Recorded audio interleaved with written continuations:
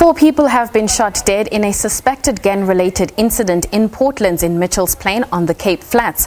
Police spokesperson Novela Potelwa says 3 suspects got out of a vehicle and opened fire in a house in Hazeldene Street, killing 3 men and a woman between the ages of 30 and 32. For more, we cross to our reporter Carmel Loggenberg-Roberts in Mitchell's Plain. Good afternoon, Carmel. Perhaps you can set the scene as to what exactly unfolded earlier today and perhaps what the update is so far.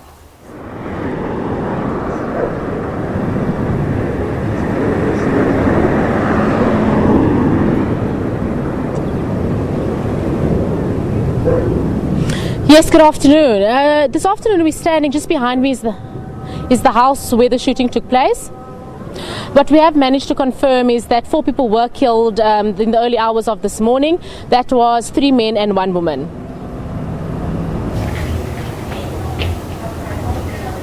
All right, we've got the police spokesperson saying that, so we know the identity, the ages of the people who were involved with regards to this particular incident, and it's suspected that it may be a gang-related shooting. Based on some of the people you may have spoken to, could that be the case? Is it an area that's prone to gang violence?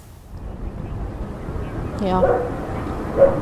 Well, you know, we have spoken to various people, and one of the people that we spoke to is actually one of the members of the deceased. Now, their father, Lucian Orange, spoke to the SABC earlier today when we could do an interview. Now, clearly, it's a broken family. Their son, Lucian Orange, was 24, and he was one of the people that were killed in the early hours of this morning in the house just behind me. Now, the family also has established that Lucian was battling with drugs. We also did speak to members of the CPF in the area, and they did mention that they do believe that this could have potentially been a gang hit.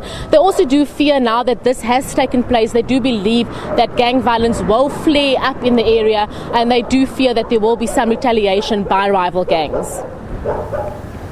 Based on that then, do some of the family members have any routes to perhaps gain safety from the police, to be placed in places of safety?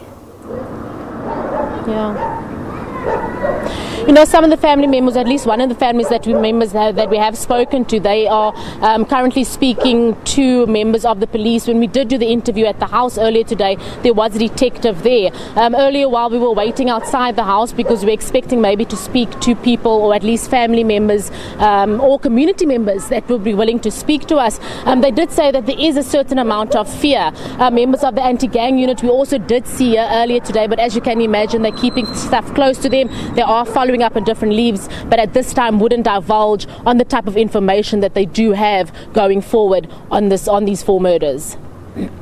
Well, Carmel, thank you so much for your time. We will continue to talk to her throughout today, and of course keep tabs on that story as it unfolds.